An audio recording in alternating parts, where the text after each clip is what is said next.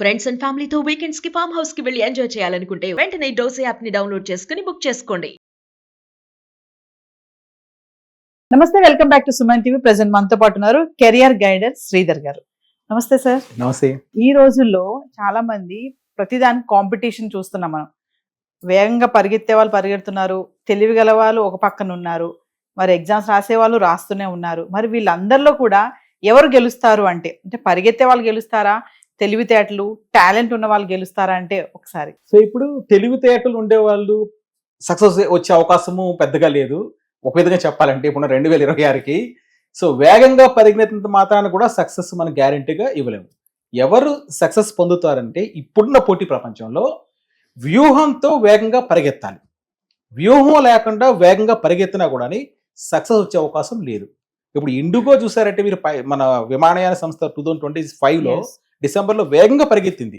So అక్కడ ఒక చిన్న ప్రాబ్లం యాంటిసిపేట్ చేయకపోవడము, పైలట్స్ రిక్రూట్ చేయకపోవడం ద్వారా సడన్ గా పాజ్ వచ్చింది. ఇక్కడ పెద్ద ఇబ్బంది ఏర్పడింది అనమాట. వ్యూహం అంటే ఏంటంటే మీకు దీనికన్నా ముందు, వ్యూహానికన్నా ముందు ఏంటంటే ఒక మెయిన్ కాన్సెప్ట్ వ్యూహంలో కోర్ కంపిటెన్సీ అంటే ప్రతి ఒక్కరిలో ఒక బలం ఉంటుంది. ఆ బలాన్ని వాళ్ళు ఐడెంటిఫై చేయకుండా పరిగెత్తడం మొదలు పెడతారు, అప్పుడు సక్సెస్ రాదు. ఓకే, నీకంటూ ఒక బలం ఉంది, అదే కోర్ కంపిటెన్సీ, ప్రధానమైన శక్తి, దాన్ని ఐడెంటిఫై చేయాలి. దీన్ని మీరు సింపుల్ గా మనం గుర్తించుకోవడం కోసం మహేష్ బాబుది మహర్షి చాలా సూపర్ హిట్ సినిమా, చాలా బాగా సెట్ దాంట్లో స్టోరీ. దాంట్లో నేను చెప్పిన ఈ కోర్ కంపిటెన్సీని మన భాషలో ఒక డిస్కషన్ జరుగుతుంది. మహేష్ బాబుకి అల్లరి నరేష్కి మధ్య ఒక చిన్న డిస్కషన్ జరుగుతుంది. అది చాలా టర్నింగ్ పాయింట్. అల్లరి నరేష్ డిప్రెషన్లోకి వెళ్ళిపోయి ఏడుస్తూ చనిపోవాలనుకుంటాడు. అప్పుడు మహేష్ బాబు ఎందుకు ఏడుస్తున్నావు అంటే అప్పుడు చెప్తాడు, నేను చదువు నాకు అవ్వడం లేదు, మా నాన్నకి నేను మొహం చూపించలేను, సో నేను ఫెయిల్ అయిపోతున్నాను అంటాడనమాట. దీనికేంట్రా నువ్వు చచ్చిపోవడం అంటే, నీకేంట్రా నువ్వు అన్నిట్లో ఫస్ట్, నేను అన్నిట్లో ఫెయిల్, నువ్వు ఎన్నెన్నో చెప్తావు, నాకు ఎన్నో బ్యాక్లాగ్స్ అంటాడు. ఏంట్రా బ్యాక్లాగ్స్ ఉంటేనే చచ్చిపోవాలా నువ్వు? అప్పుడు ఒక పాయింట్ చెప్తాడు అనమాట, అరే యాక్చువల్గా నీ సమస్య మీ నాన్న కాదు, నువ్వే మీ సమస్య. ఎందుకంటే చాలా మంది ఫెయిల్ అయిపోవడానికి కారణం ఏంటంటే వాళ్ళ బలాన్ని వాళ్ళు తెలుసుకోకపోవడము. ఎదుటోండి బలాన్ని చూసి వాడు భయపడతాడు. వాడి బలాన్ని చూసి నువ్వు భయపడద్దు, నీకున్న బలం ఏంటో కనుక్కో, దాన్ని సానబెట్టు, అప్పుడు సక్సెస్ సాధిస్తావు చెప్తాడు. అప్పుడు అల్లరి నరేష్ వెనక్కి వెళ్ళి ఊర్లో పెద్ద సమస్య ఏంటంటే విలను అన్ని ఊర్లు కాజేస్తుంటాడు. వీళ్ళ విలేజ్ని కూడా కాజేయడానికి ముందుకు వస్తే ఇతను ఒక్కడే టెంట్ వేసుకొని ఎవ్వరు సహకరించకపోయినా కూడా కూర్చొని పేపర్ చదువుతూ నిరాహార దీక్ష చేస్తాడు. అప్పుడు అందరూ కదలడం మొదలవుతుంది. ఆ న్యూస్ మహేష్ బాబుకు తెలుస్తుంది. యుఎస్లో ఉన్న మహేష్ బాబు కంపెనీకి CEO రిషి దాన్ని వదిలేసి, అన్ని 100 కోట్ల సంస్థను అర్ధాంతరం వదిలేసి ఎదుక్కుంటూ వాళ్ళ ఫ్రెండ్ దగ్గరికి వచ్చి అతనితో పాటు చేయగలిపి పెద్ద రైతులు ఉద్యమం చేసి ఆ సినిమాకు మొత్తం టర్నింగ్ పాయింట్ అల్లరి నరేష్ తీసుకున్న డెసిషన్. ఇప్పుడు మీరు చెప్పండి, చదువు తెలివితేటలు మహేష్ బాబుకి సొంతం, కానీ నరేష్ కున్నది ఏంటంటే ఒకటి పోరాటం చేసే శక్తి. ఆ విషయం అతను తెలుసుకోకపోవడం ద్వారా నేను జీవితంలో ఫెయిల్ అయిపోయాను, ఎందుకు పనికిరాని చెప్పి ఆత్మహత్యకి వెళ్ళిపోతాడు. కానీ మహేష్ బాబు నీకంటూ ఉన్న బలం ఒకటి ఉంది, దాన్ని ఐడెంటిఫై చేయంటే బలాన్ని ఐడెంటిఫై చేశాడు. రియల్గా ఆ సినిమాలో హీరో ఎవరంటే అల్లరి నరేష్. సో ఈ స్టోరీ బట్టి మనం తెలుసుకోవాల్సింది ఏంటంటే ప్రతి ఒక్కరికి ఒక కోర్ కంపిటెన్సీ ఉంటుంది. నీ బలాన్ని నువ్వు తెలుసుకోవాలి. నీ బలం ఏదన్నా అవ్వచ్చు, దాని మీద ఫోకస్ చేస్తే విజయం నీదే నేను చెప్తున్నాను. అంటే ప్రతి ఒక్కరికి ఒక హిడెన్ సీక్రెట్ అనేది ఉంటుంది, అది ఏంటనేది తెలుసుకోరు. చాలా మంది తనలో తను చూసుకోరు, ఎదుటివాడు బలాన్ని చూసి భయపడిపోతున్నాడు, ఫెయిల్యూర్ అనుకుంటాడు అనమాట. ఇప్పుడు దీన్నే నేను మీకు ఒక లేటెస్ట్ కార్పొరేట్ కంపెనీస్ కూడా స్టోరీ ద్వారా చెప్తాను. మనకందరికి చిన్నప్పటి నుంచి విన్న కథ వచ్చేసి టార్టాయిస్ ర్యాబిట్. సో కుందేలు తాబేలు పందెం పెట్టుకుంటాయి. సో కుందేలు ఫాస్ట్గా వెళ్ళిపోయి చెట్టు కింద నిద్రపోతుంది, ఓవర్ కాన్ఫిడెన్స్. ఎందుకంటే 80% తాబేలు నన్ను రీచ్ కాదని చెప్పి, తాబేలు ఇక్కడ చూసుకొని కుందేలు పడుకోవడం చూసుకుని నవ్వుకొని ఆ లాస్ట్కి వెళ్ళిపోయి రేస్ విన్ అయిపోతుంది. మనకు తెలిసిన పాయింటే. ఇది ఏం చెప్తుందంటే ఓవర్ కాన్ఫిడెన్స్ ఉంటే నువ్వు ఎప్పుడు సక్సెస్ సాధించలేవు. అంటే కుందేలు నన్నుకు మించి ఫాస్ట్గా వెళ్ళేవారు ఎవరు లేరు ఎనిమల్, సో నేనే తోపు, నేనే గ్రేట్ అని విర్రవీగడం ద్వారా పడిపోయింది. అది ఎప్పుడు కూడా ఎదురు దెబ్బ తగులుతుందని చెప్పారు. అయితే ఇక్కడ మనం తెలుసుకోవాల్సిన పాయింట్ ఏంటంటే రెండోది, ఇక్కడ చాలా గేమ్, ఇప్పుడు ఈ కథ ఇంతవరకు ఎండ్ కాలేదు, ఇక్కడ కంటిన్యూ అవుతుంది లేటెస్ట్ గా. ఎప్పుడైతే ఓడిపోయిందో కుందేలు రాత్రంతా ఆలోచిస్తుంది, అరే నేను ఓడిపోయాను, ఏం చేయాలి, ఎలా గెలవాలని చెప్పి. అప్పుడు నెక్స్ట్ డే వెళ్ళి మళ్ళీ టార్టాయిస్ తాబేలు దగ్గరికి వెళ్ళి ఇంకొకసారి మనం రేస్ పెట్టుకుందాం అంటది. సరే అంటది. సో రేస్ పెట్టుకున్న తర్వాత కుందేలు మొదటి రోజు చేసిన మిస్టేక్ చేయకుండా స్పీడ్గా పరిగెడితే వెళ్ళిపోతుంది, ఎన్ని తిరిగి చూడదు, వెళ్ళిపోయి ఫినిషింగ్ లైన్ దగ్గరికి వెళ్ళిపోతుంది, విన్ అయిపోతుంది అనమాట. సో ఇప్పుడు ఏం చెప్తుందంటే మనకి ఫెయిల్యూర్స్ ఆర్ కామన్. ర్యాబిట్ ఓడిపోయింది కదా అని చెప్పేసి ఇంట్లో కూర్చోలేదు, రాత్రంతా ఆలోచించి మళ్ళీ నేను ఎలా విన్ కావాలని చెప్పి మళ్ళీ విన్ అయింది. మహర్షి సినిమాలో ఈ పాయింట్ కూడా చెప్తాడు. సో ఏంటంటే చాలాసార్లు మనము ఓడిపోతామన్న భయంతో అసలు గేమే స్టార్ట్ చేయండి. ఎప్పుడైతే మీరు ఓటమైన భయంతో కానీ ఉంటే గేమే స్టార్ట్ చేయలేరు.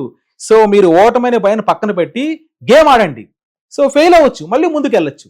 ఇప్పుడు ఇదే స్టోరీలో చూడండి, టార్టాయిస్ ర్యాబిట్లో ఫస్ట్ ఇప్పుడు రెండోసారి ఏమైంది, మొదటిసారి ఏమో కుందేలు ఓడిపోయింది, నెక్స్ట్ టైం ఏమో కుందేలు గెలిచింది, నెక్స్ట్ ఇప్పుడు ఎవరు టర్న్ అంటే తాబేలు.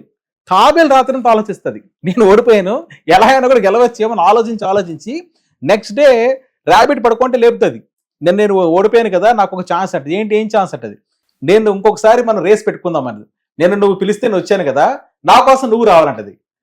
ఆలోచిస్తుంది అసలు ర్యాబిట్, నువ్వు ఏ విధంగా ఏ కాన్ఫిడెన్స్ తో వచ్చావు నువ్వు, అసలు నేను 100% ఓవర్ కాన్ఫిడెన్స్ తో నిద్రపోను, మనం రేస్ పెట్టుకుంటే నేను ముందుకు వెళ్ళిపోతాను, ఎలా అయినా కూడా గెలుస్తాను.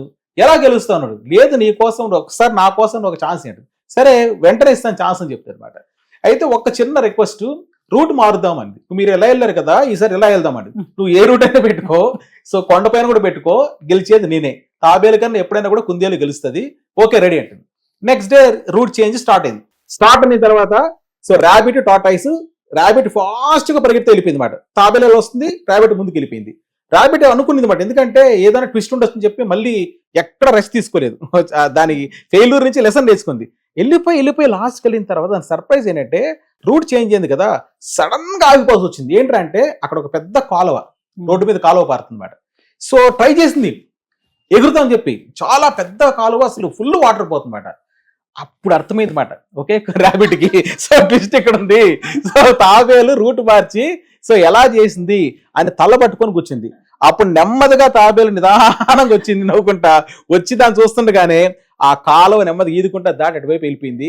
వెళ్ళిపోయిన తర్వాత కుందేలు ఇంకా ఓడిపోయాను అనుకున్నప్పుడు తాబేలు ఇక్కడ మళ్ళీ ట్విస్ట్ ఏంటంటే మళ్ళీ వెనక్కి ఆ ఫినిషింగ్ లైన్ ఇక్కడ ఉంటది, వాటర్ ఇక్కడ దాటింది, ఇక్కడికి వెళ్ళిపోతే వచ్చేసి కానీ ఇక్కడికి వెళ్ళలేదు, మళ్ళీ వాటర్ దాటుకుని వెనక్కి వచ్చి కుందేలు దగ్గరికి వచ్చి అంటది, నువ్వేం వర్రీ కావద్దు, నా మీద ఎక్కువ, నేను తీసుకెళ్తా అంటది. అప్పుడు తాబేలు పైన కుందేలు ఎక్కితే తాబేలు వాటర్ ఎదుకుంటే అది పక్కకి వెళ్ళి దిగుతుంది. ఇప్పుడు ఇక్కడికి వచ్చారు, ఫినిషింగ్ రేస్ ఇక్కడ ఉంది. ఇప్పుడు ఏం చేసిందంటే తాబేలు ఇప్పుడు నువ్వు నన్ను తీసుకెళ్ళంటది. అప్పుడు కుందేలు పైన తాబేలు ఎక్కుతుంది, కుందేలు స్పీడ్ గా అక్కడికి వెళ్తుంది అనమాట. లాస్ట్ ఇద్దరు విన్ అవుతారు. అంటే దీంట్లో మనం అండర్స్టాండ్ చేసుకోవాల్సింది తాబేలు ఎలా గెలిచింది, తాబేలు ఎట్టి పసులోనే కుందేలుని గెలవలేదు.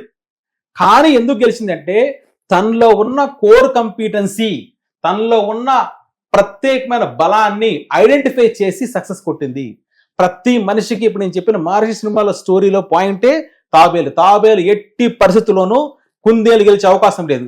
కానీ తన యొక్క స్ట్రాటజీ చేంజ్, వ్యూహం అన్నాను, వేగంగా పరిగెత్తడం కాదు కావాల్సింది, వ్యూహాన్ని మార్చింది మాట.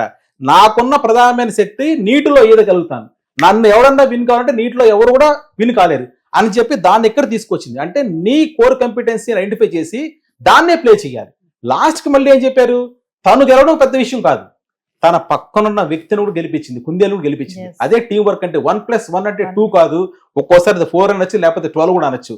ఇంకో మనిషి కలిసి వెళ్ళడమే. 2026 లో ఆర్టిఫిషియల్ ఇంటెలిజెన్స్, చాట్ జీపీటీ ఇన్ని వస్తున్నాయి. మనం తెలుసుకోవాల్సింది మనలో ఉన్న ప్రధాన శక్తిని కనుక్కోవడము, మనతో పాటు టీంతో కలిసి వెళ్ళడం, అప్పుడే సక్సెస్ సాధిస్తాము. అంటే కొంతమంది సార్ ఇప్పుడు మీరు అంటున్నారు కదా వేగంగా పరిగెత్తే వాళ్ళు ఉంటారు కొంతమంది, వాళ్ళంటే అంబిషన్ లేకుండా పరిగెడుతున్నారు అనుకోవచ్చా? అంబిషన్ ఉంటది, వ్యూహం ఉండదు, సరైన వ్యూహం ఉండదు. అందువల్ల ఏదో స్పీడ్ గా పనిచేసినట్టు ఉంటారు కానీ వాళ్ళు లాస్ట్ సక్సెస్ సాధించలేరు. ఆ వ్యూహంతో పరిగెత్తమంటున్నారు. ఎందుకంటే ఇప్పుడు స్పీడ్ గా పరిగెత్తే వాళ్ళు చాలా మంది ఉంటారు, కానీ పరిగెత్తే స్ట్రాటజీ ఉండాలి.